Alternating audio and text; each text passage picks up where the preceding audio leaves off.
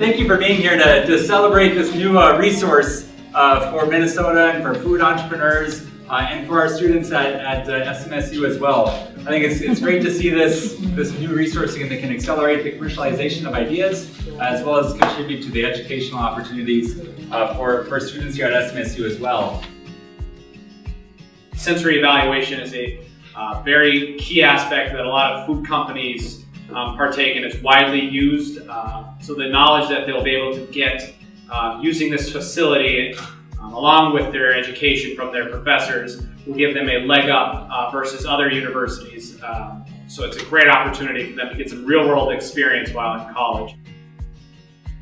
The Sensory Lab is truly a product of our collaboration and partnership.